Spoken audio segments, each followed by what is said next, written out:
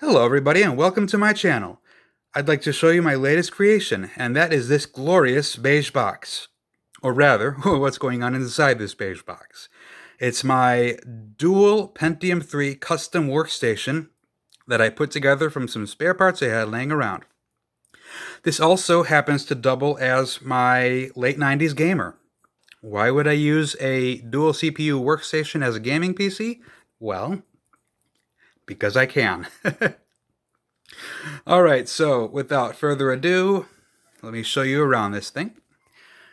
I have here a DVD-ROM drive, a CD burner, a slot for a floppy drive. I'm currently in the market for one. I know. Why put together a year 2000 computer with no floppy drive, right? Crazy. Alright, let's pop open the case, show you what's going on inside. Bear with me, please. Okay. We have here two Pentium 3s at 550 megahertz. Under that green heatsink is an Intel 440BX chipset. Those 4 sticks of RAM are total 1 gigabyte. That's PC100 SDRAM, not DDR2 or 3 or 4 or 5, just SDRAM, single data rate SDRAM, because this thing is that old. Two 10,000 RPM SCSI drives. Those are Quantum Atlas 10K drives, each with a capacity of 9.1 gigabytes. And that is a NVIDIA GeForce2 GTS, which is a wonderful gaming graphics card from the late 90s. No, from the year 2000. Here is a Turtle Beach Santa Cruz 5.1 surround sound card. Jack of all trades, master of none, perfect for my games. And all of this is powered by a 300 watt power supply. More than enough, way more than enough for a system of this year, of the year 2000, because you see 1200 watt power supplies nowadays in current gaming computers or workstations or what have you. Oh, just 300 for this. Bear with me, putting the side panel back on.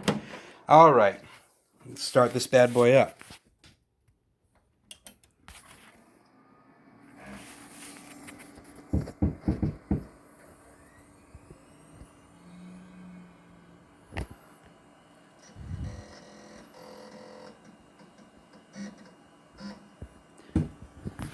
I should mention that this is based on a server motherboard, an HP NetServer E60 motherboard to be exact.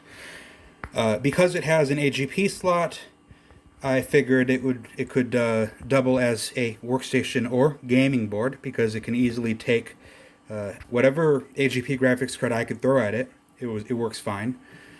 But the trade-off is that startups are a little slow. Has to count the RAM, test everything. It's a little slow, but once it starts up, it's nice and quick. Most of the noise comes from those two hard drives, so I'm glad that the graphics card has a passive heatsink.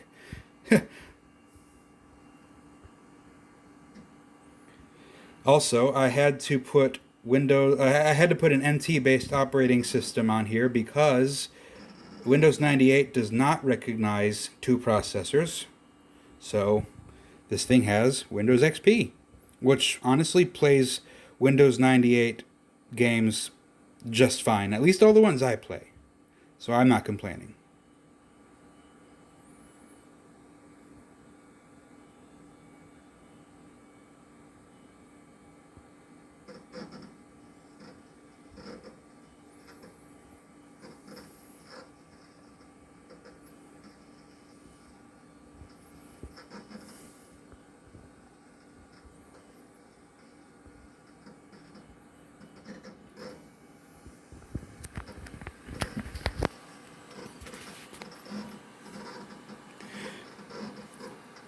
All right, here we go.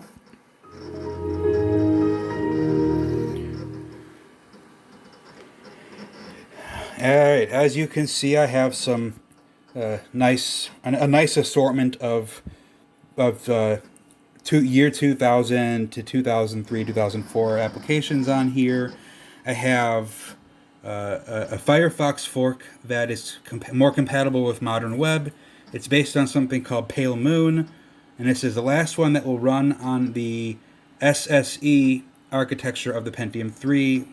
Pentium 4 introduced SSE 2, and I could use a better browser, but this is what I'm left with, and it loads modern pages just fine, which is a lot to say for the year 2000. I have here Microsoft Office 2000 Professional and Adobe Creative Suite 2. I will demonstrate this playing games in my next video because my camera is running out of batteries. So until next time, and thank you for watching.